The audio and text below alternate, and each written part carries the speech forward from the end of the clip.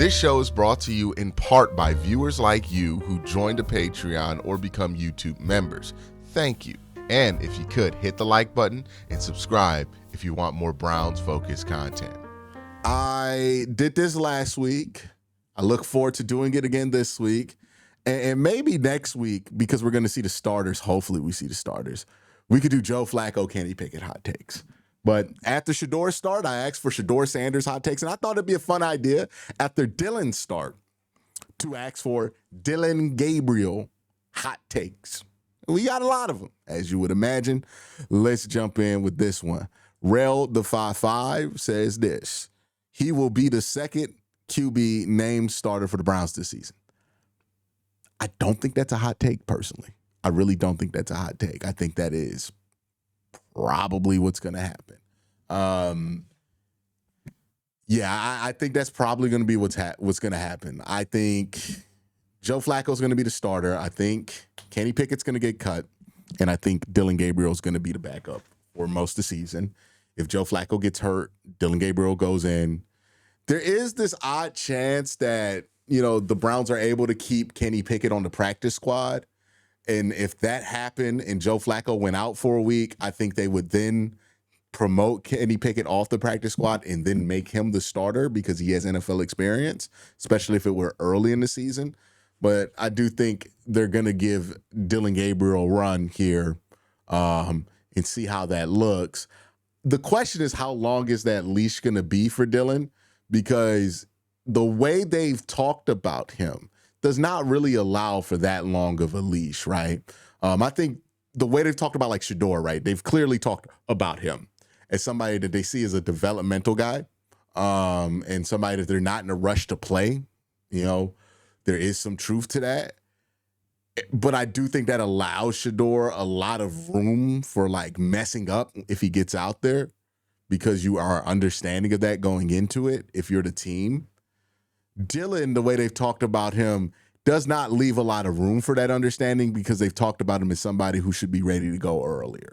And if he's not ready to go earlier, then I don't think there's a lot of incentive to really ride it out. Well, we'll see. We'll see. The next comment or hot take comes from Harbinger, who gave us a whole review of Dillon Gabriel's game. He said he looked a bit shaky, but ultimately he did a decent job. I give him a B-. Interception wasn't totally on him, but he shouldn't have thrown it. I agree. I think that he is someone who can effectively manage the game if we're not into high-scoring situations.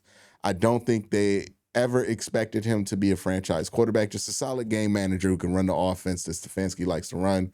The Shedor pick was more of a swing for the fences, low risk, high potential payoff. I agree. There is a place for both these guys on the team. I agree. Pickett's chances are not looking good, but we still haven't seen him play.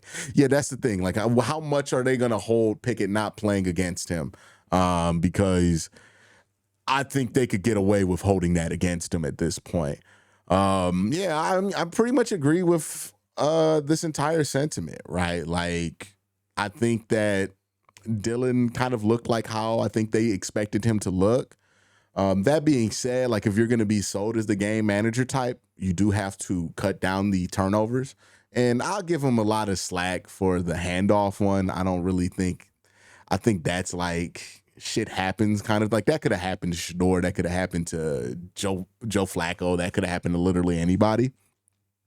The interception is like, hey, if you're going to be game manager guy, you have to recognize that and just take care of the football there, right? You can't throw a pick six. The game manager can't give up points on quarterback.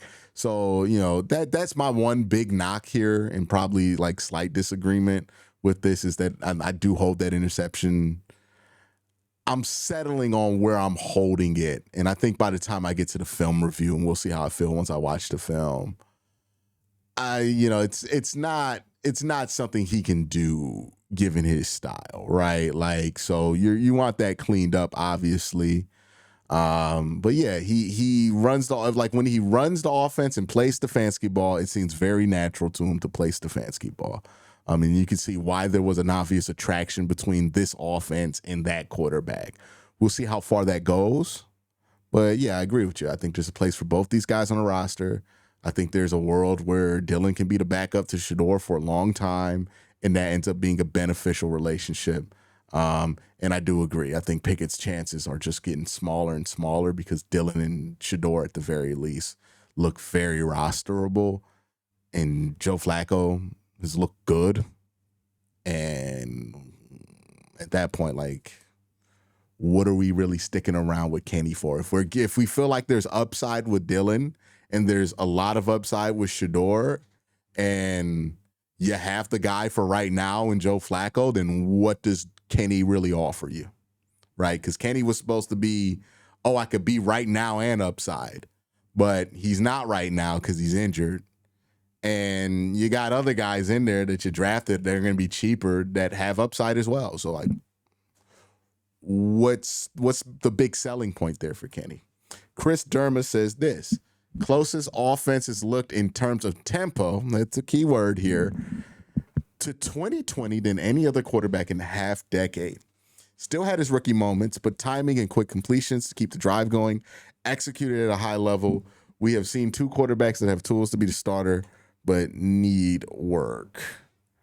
I don't know if I would go that's the closest the offense has looked in terms of tempos to 2020, because I think Jacoby Brissett ran a similar tempo to 2020 at times, and so did Joe Flacco in 2023. So I don't know if I'd go that far, but I would say when Dillon was in there, that felt very familiar, right? Like, I think that is the fairest thing to say about this, right? When Dillon was in there, if you've watched the Browns a lot in the last 5 years, if you know what Stefanski ball looks like, that first drive was like, that was a Stefanski signature opening drive touchdown scripted drive, right? Like, that felt very Stefanski, right? In a way that when you watch other quarterbacks in the system over the years, it did not feel that way, especially like Deshaun Watson, right? I think it's the one that comes to mind the most, where it's like, oh man, this doesn't feel like Stefanski ball at all.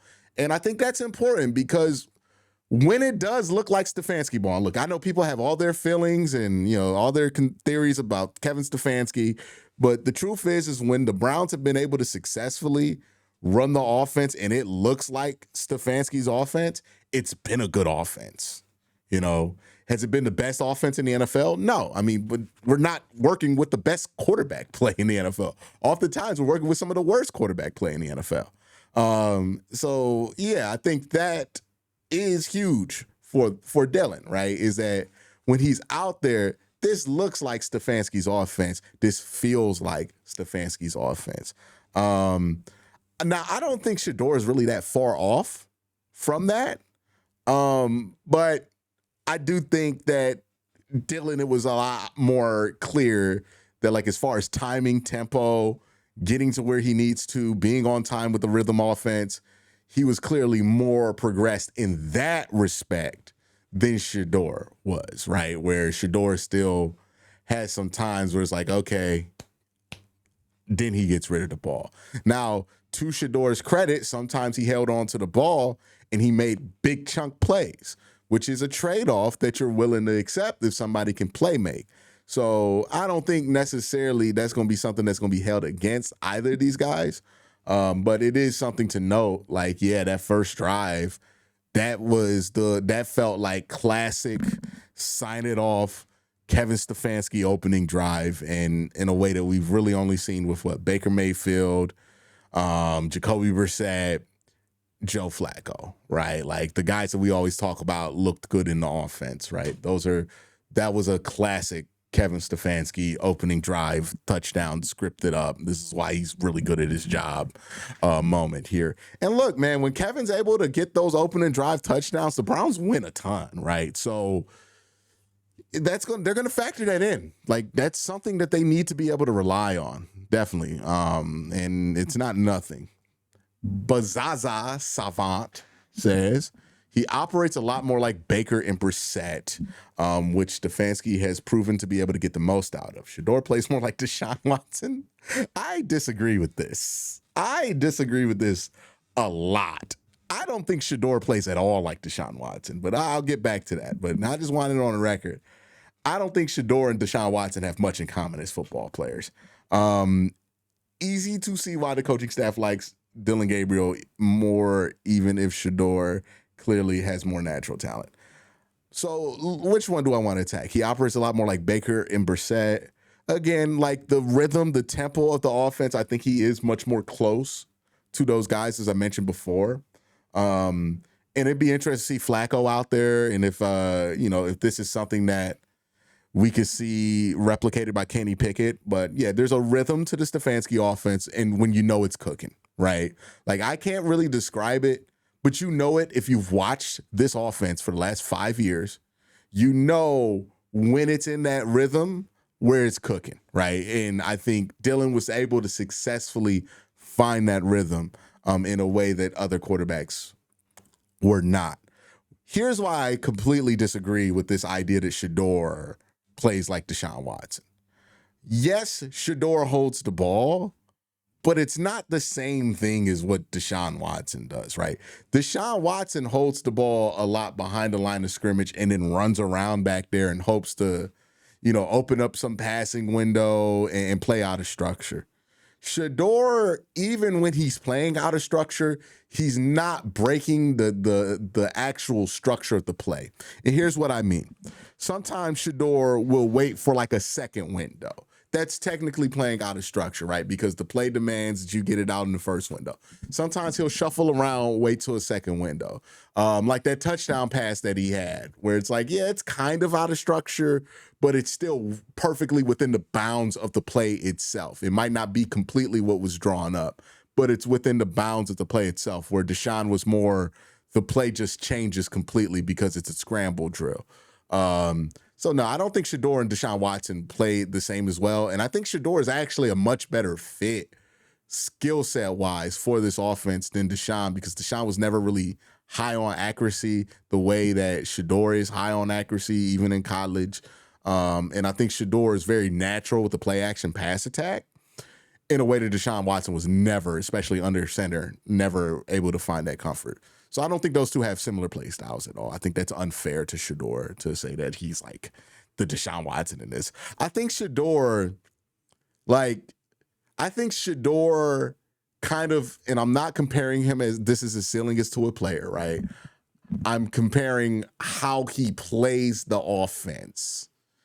He's more close on the spectrum to like a Brissett and Flacco as far as like how they manage the rhythm of that offense than to like a Baker, who like Baker in 2020 at his peak was probably operating that offense with the best timing that we've seen anybody do it in the Kevin Stefanski system, right? Like I think that is the most on time a quarterback was 2020 Baker Mayfield in this system. Like Baker just found that rhythm so often that season. With Jacoby, like there was a little bit of like he holds the ball, he'll like work the play a little bit more. Same thing with Joe Flacco, but they're still in rhythm. I think Shedeur can certainly get to that place, and I think that he can, get to that same rhythm that Dillon is at. Maybe not as tight as Dillon is on rhythm, because Dillon just relies on that a lot more, but on a similar level to where you can still execute really well off those opening drives like Dillon did. So, yeah, I kind of get what you're saying. I think the characterization of Shedeur's game is not necessarily correct, though, because he is a pocket passer. He is somebody who can work in structure and work on time. He's just not going to be as mechanical about it as like a Dillon Gabriel, where it's like Dillon's gonna get that ball out no matter what, 3-2, 3-2, right? It's like always on time. But obviously he has other things he needs to clear up. The Shedeur holds the ball longer, but it's not like as egregious as Deshaun, in my opinion. Legend says, not a hot take, but the ball pops and zips out of his hand, and it looks very different than it does for Shedeur. So you're saying that the ball pops out of Dillon's hand and has better zip than Shedeur's. I don't disagree with that. I don't disagree with that at all. I would say that Shedeur's accuracy looks very different than Dillon's as well, though, and you got to factor that in. And And I don't think Dillon has a stronger arm than Shedeur Sanders. But what I do think Dillon does better than Shedeur is consistently throw a spiral. Like, you watch Shedeur's passes, go back and look at all of them from last week. A high percentage of those passes were wobblers in the air a little bit, right? We're like shaking in the air. Now, he was able to get those balls where he needed to get them without turning the ball over. So it's a moot point. It's not that big of a deal, right? But if you watch those passes, there were a fair bit of like balls that were shaky. With Dillon, he throws a tight spiral a lot more often, I think, than Shedeur. And I think the only guy on the team who has a tighter spiral is probably Joe Flacco. Not even probably, definitely Joe Flacco. So, yeah, I do think that there is a difference there. I noticed it even when I was at camp where I'm like, oh, he has a lot more zip on his ball than like Kenny Pickett on a consistent basis and Shedeur does on a consistent basis. And I think Shedeur can work on that and get better at that. But, yeah, that is something that Dillon does do well, right? He does put good zip on that ball. He throws a really nice, clean, tight spiral. And I think in this game, he had pretty good control of it. The big question for me is like, hey, was the accuracy that he displayed in this game indicative of who he is, or did he just have a good day? Because I've seen him at practice not look that accurate. That was the most accurate I've ever seen Dillon Gabriel look when I've watched him at practice, whether it be the Senior Bowl, whether it be at practice. Now, some of that might be because Dillon, again, he's so reliant on timing, he's so reliant on structure that if he doesn't have a lot of familiarity with the guys he's throwing to, his accuracy is going to struggle. And now that he has a lot of familiarity with who he's throwing to, he doesn't struggle as much with his accuracy. That could completely be the case. Or it could just be the case that he had a good day, and this is not really indicative of what his ball is going to look like normally. We'll find that out in due time. But, yeah, I would agree. He does throw a spiral a lot cleaner and a lot more often than Shedeur for whatever reason. It's probably, in my opinion, like the extra 2 years of reps that he's had in college football compared to Shedeur, right? He's like 2 years older. He's played, 5 or 6 seasons of college football. That kind of stuff should be more polished when it comes to Dillon than it should be for Shedeur. And, it's something you're going to watch with Shedeur to make sure he gets to the level that it should be. Henry Mammoth says, grade D. Took too long to throw? Too many shaky duck throws? Too many misses, bad turnovers. Didn't see any traits that leave me. I don't know. No disrespect, but I just don't think this is an accurate description of what happened in that game. Like, I'm pretty sure Dillon Gabriel's time to throw numbers are going to be either identical or less than what Shedeur's time to throw numbers were. So I don't think he took too long to throw. I never really got that. The shaky duck throws, I don't really, again, I think Shedeur threw more technically shaky duck throws, right? And again, it's fine to throw a shaky duck every once in a while. Like, every ball is not going to be a spiral, so I'm not even too critical about that, but I disagree with that. Too many misses? What was he completion percentage-wise? Let me pull this up. Was he? Let's see right here. I'm going to pull this up. And this is like, I don't know, man. Like, sometimes I think people like watch the games, but just have so much confirmation bias, like dictating how they feel, that it gets to this weird place to where there's a little bit of dissonance. But let me see something real quick. So Shedeur, I think week 1, he was 60% passing. Dillon Gabriel was 13 of 18. And which feels like that's already higher than 16% passing. I mean, not 16, 60. But what? He was, let me double check. 13 of 18.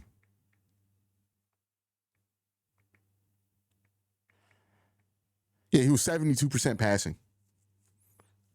So too many misses is like a very questionable critique for somebody who threw 72% passing. Bad turnovers.